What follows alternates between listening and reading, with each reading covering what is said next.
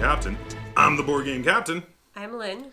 And today we are going to be reviewing and showing you how to play Green Skull, a game published by Nestor Games.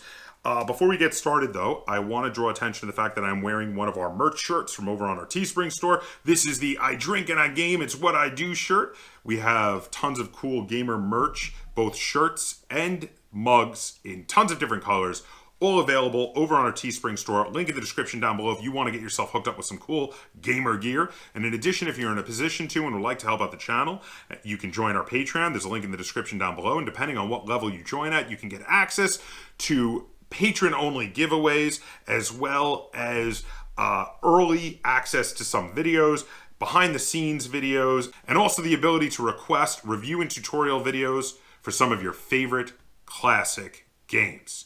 So, all right, now I want to give a big thank you to Danny Goodisman, who is the designer of Green Skull, because he sent us this copy to play and review and do some content with. So here we are. Thank you, Danny, very much.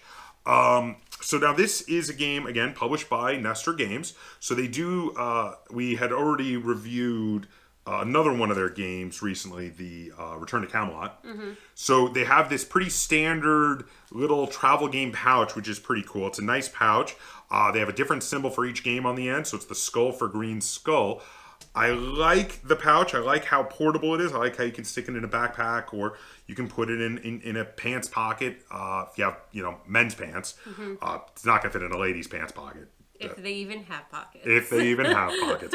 It's also, you had mentioned previously about, like, you could put a lanyard or a carboner on these little things here. Loops. They're loops. My only downside on the way that Nestor Games produces those is they don't put the name of the game on the box. They do the symbol, but I would have... the bag. It's a bag. It's a travel bag. I would have liked maybe on the other side or on the side opposite where it says Nestor Games. Write it yourself. You could, but it'd be nice if it was printed, like they printed, to have it on there. That's my only gripe. That's a very minor gripe. Otherwise, I'd embroider it on there. You could embroider. That would be fancy. Well, that'd be like totally pimping out your game bag. That'd be pretty nice, actually. Would you embroider it for me? No. Damn. Anyway, but otherwise, I think this is a really cool way to have travel games. Mm-hmm. Like, it's really nicely done. So what do you get inside here? I'm going to let you open up the pieces here. You've got a nice, again, neoprene mouse pad board. They do this for their games. This one is fairly utilitarian, but it looks nice. It's got the white, purple, and green colors on the board. They have spots to show you where the pieces start, so very easy for setup. And then a very clearly colored lines that show you where you need to go. Functional and also fairly attractive. It's not a wow factor board, but I do like the neoprene and I do like the look of it myself. It works well for an abstract game. Yeah, I like it. Fair enough. I think it's kind of cool looking with all the triangles. Oh, okay. It's got this triangle. The green triangles. And this is a triangle too. That's fair. There's the 3 big triangles on it. So then you've got the rules. Now the rules, again, are one big page that you fold up, and it kind of goes inside when you roll all this stuff up to keep it protected, which is not too bad for protecting travel game rules. Paper travel game rules often get pretty flashimmeled, but this is keeping it inside is a pretty decent way to protect it. It's got a diagram that shows you the setup, as well as a diagram to explain how jumping works. The rules have a few minor issues with them, but overall are fairly easy to figure out. And these rules are the very definition of 5 minutes to learn, a lifetime to master. They're very quick to understand, very quick to learn and teach. Mm-hmm. Then why don't you show some of those little plastic pieces to the camera? You've got little plastic, I guess you could call them tiny little plastic checkers, basically. They're little discs. Yeah, little discs. Very similar to like travel game checkers, but in 3 colors. Purple for the goblins, white for the orcs, green for the zombies. Because even though this is an abstract game, it's got a very light fantasy theme on it. Mm-hmm. It's thoroughly an abstract game, though, in reality. And then you have a 3D printed green skull, which is kind of neat. This is a token to remind you who currently... Whoops! I dropped him. You dropped a skull. She dropped her poor little skull. Well, the green 3D printed skull is really just a token to remind you who has control over the zombies currently. And in that regard, I mean, it could have been anything. They could have just had a coin or a larger disc. But I kind of like that they did these 3D printed skulls. It's kind of neat, and it makes kind of a cool game piece to have out to remind you. And it makes the name make sense a bit, maybe? Yeah, because you got the green skull. It's a green skull. I dig this. I mean, it's not a necessary component. You could have had it be cheaper, but I like that they did this. I think it's really cool. Okay, so again, we saw this with the last Nestor games that we reviewed. They don't have an age, except for no 0 to 3 years old.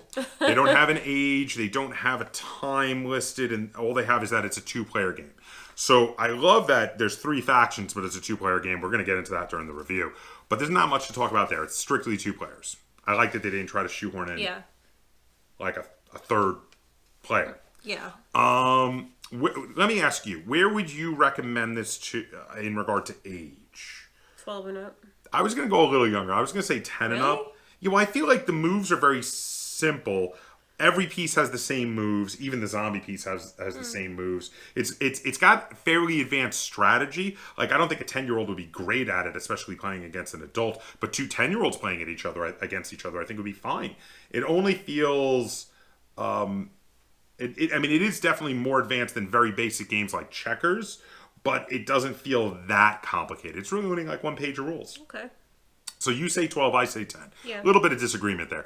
And as for time, I'm going to say this is in like 15 minutes to half an hour for me. Yeah. What do you think, yeah? I think that's good. Good estimate? Yeah.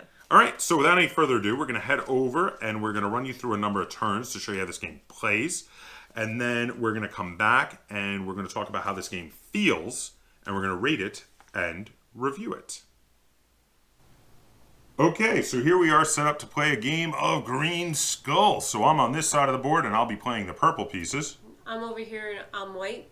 Now the green zombie pieces are neutral, and purple player starts with the green skull, but the white player goes first. On your turn, you're able to move to an adjacent hex, or you can jump over any pieces, whether they be yours, your opponent's, or the zombies. And once you start jumping, you may keep jumping if you want to keep jumping over pieces. If on your turn your move is to jump over some pieces, you have the green skull, you will then give it to your opponent. If you did not jump over any pieces and you have the green skull, you then can move one of the neutral zombie pieces in exactly the same way that you could have moved your own. If then you make a jump with the zombie pieces, and you obviously you would have had to have the green skull to be moving the zombie pieces, you also would then give the skull to your opponent. Your opponent keeps it till they capture a piece, and then they give it back, and you regain control of the zombie pieces. You're trying to capture opponent's pieces, and while also getting your own pieces to your color side of the board. So the purple wants to get to the purple edge on this side, the white pieces want to get to the white, and the green pieces want to get to the green edge. Now the game ends when either all pieces of one color are removed from the board, or all that is left of that color have made it to their color edge of the board. When the game ends, you get 1 point for every piece of your opponent's color that was captured, regardless of who captured it. Your opponent gets 1 piece for every one of your color piece, regardless of who captured it. You both get a point for every green zombie piece that was captured, so those are a wash. And you get 2 points, count them, 2 points for every one of your piece that ended the game adjacent to your color edge at the other side of the board. So without any further ado, we're going to jump right on into it and show you how this plays. So Lynn, since you are playing the white orcs, you go first. That's it for Lynn's turn. Now I am playing the purple pieces, which are known as the goblins. So for my first move, I'm going to move this piece here, and because I have the green skull, I get to move one of the neutral pieces. I'm going to move this zombie piece there. Now because I did not capture any pieces, I maintain control of the skull.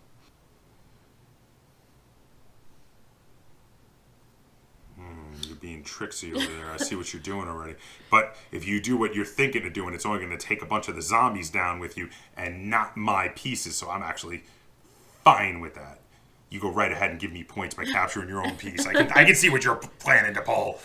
So that being said, I'm going to move this piece up here. And I'm going to move this zombie piece here. Okay. I'm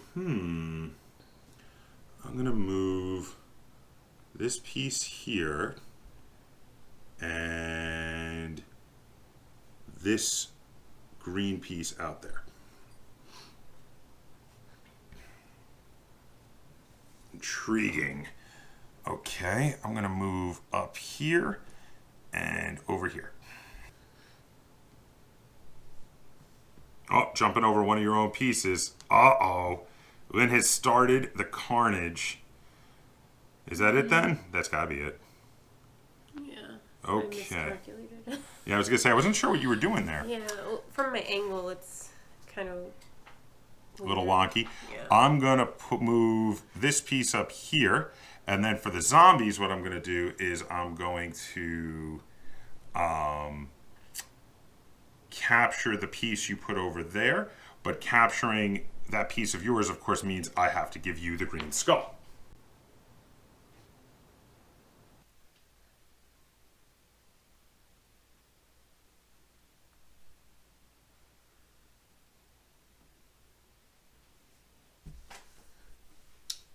That was Trixie.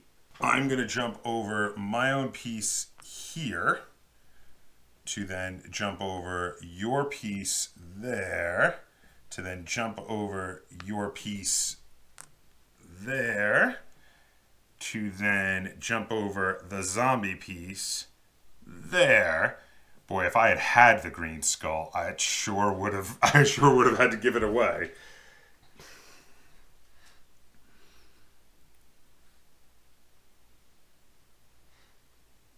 Am I getting the green skull back? It looks like you're about to wipe out 3 of my pieces. I don't think I could do 3 of them. Oh, well, maybe not. Yeah. Just 2. 2. Fair enough. And then I get the green skull back. So there you have it. That is how you play a game of green skull. Now, as you can see, Lynn is trying to get her piece, sneaking it along the edge of the board to get it over here, because pieces that make it to the other side of the board are worth 2 points versus the only 1 point that captured pieces are worth. So they are doubly valuable.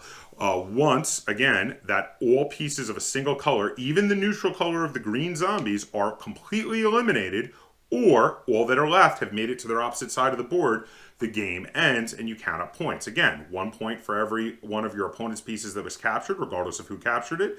2 points for every one of your pieces still on the board that has made it to the opposite edge of the board that is the same color as your pieces. So now we're going to head back. We're going to talk about how this game plays and how it feels, and we're going to rate it. And okay, welcome back. So that was how you play a game of Green Skull. They should have made it green when they printed it on the side. That would have been really cool. All right, so the only gripe I have with this game is the same gripe I have with the way the pouches are done, that they don't put the name on the bag. I mentioned it briefly early. It's such a minor gripe, though, because, I mean, if you put them sideways on your shelf and just see the symbols, it's fine. Yeah. I have no gripes with the gameplay. Nothing negative about the gameplay. How about you? No, I don't have anything negative about the gameplay either. I think you can tell where this is going. This is going to be another fairly positive review here because we've been thoroughly enjoying this game. All right, Lynn, throw out a positive. I like that you can jump over your own pieces. Mm-hmm. And, capturing them. Yeah, capturing them. In order to capture opponents or the neutral pieces, because I don't know, I find it's very tricksy. I find that really fun because it's almost like psychological. Yeah. Because it's like I will capture 3 of my pieces and my opponent is like, "What are you doing?" and I'm like, "Oh, it's fine." Yeah, but meanwhile at the same time, you usually set it up so you capture one of your own to capture 2 neutral and 3 of your opponents. Yeah. So that way you're like, okay, I captured one of mine and I gave you a point, but I got some zombies out of the way and I captured multiple of your pieces, so I gave myself more points. And the thing is, like, often it's very tricksy because of your ability to capture your own pieces, your opponent doesn't see it coming. Because, like, it's so hard to get in that mindset. This is a good thing, by the way, not a bad thing. It's so hard to get in that mindset that, like, when you look at the board and you see that, you're like, oh, I can jump my own piece to capture 5 pieces. Your opponent's like, oh, wow, I didn't see that. Like, what have you done? Oh. Well, now you see that. Now you block me when I try and set up. I try to. You still jump a lot. You still manage to do it a lot, and you're very sneaky with it. One of the things I want to throw out that I really like is I love the fact that there are 2 ways to end the game. And ending the game doesn't mean you won the game. You either end the game by making sure one of the colors completely runs out of pieces on the board, or by having all the remaining pieces of that color make it to its opposite edge. And that includes the neutral pieces. But again, ending the game doesn't mean you won, because then you have to count up points. You get 1 point for every of your opponent's colored piece that you captured, and 2 points for every one of your piece you made to the opposite edge. So you got to be careful. You don't want to accidentally end the game when you're losing. So that's really cool. How about you? What do you think? Anything else you want to talk about positive? I like that how the neutral works, where you the person who has the green skull can use the neutral pieces. Yes. But then as soon as, you make a capture. An aggro move, basically, you lose the green skull. But then you can also, you like to keep the skull and just not do any captures. Well, because I like to not give it to you, because then you go crazy when you get the skull. But yeah, so you could use it to play keep away. You could use it to have the green pieces be like extra of your own pieces and just use them to help block.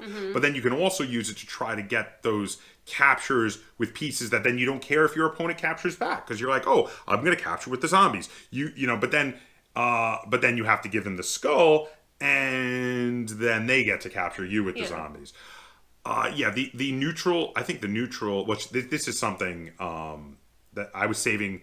And I'm glad we saved it to talk about a few more minor positives first. Because the neutral pieces in this is the key thing that really sets it apart. I mean, a lot of the other stuff we talked about were really cool, like the whole being able to capture your own pieces before capturing opponents' pieces, which is a great way to set up double, triple, quadruple, quintuple jumps, etc. But the neutral pieces and being able to use them if you have the green skull is what's so different and unique about this game. Yeah, because normally the neutral pieces, they have some kind of AI or something that they follow. And there's very few abstract games even with neutral pieces. There's some like larger board games with neutral pieces, but usually those will have like an AI. The neutral pieces in this set it really far apart from other abstracts, which is so freaking cool. Okay, I think I'm maybe covered in regard to all the awesome stuff to talk about this game. Do you have anything else you wanted to mention? No. So like we said, it's tricksy, it's fun, there's lots of great setting up of chain jumps. The scoring, I love the scoring. We didn't talk too much about that, but I had mentioned it as a tangential thing in a previous thing we were talking about, that 1 point for capturing pieces, but 2 points for getting one of your pieces to the opposite side of the board. That's really awesome. I love the way the scoring works in this. This is just a really fun, really cool, really brain-burning kind of game.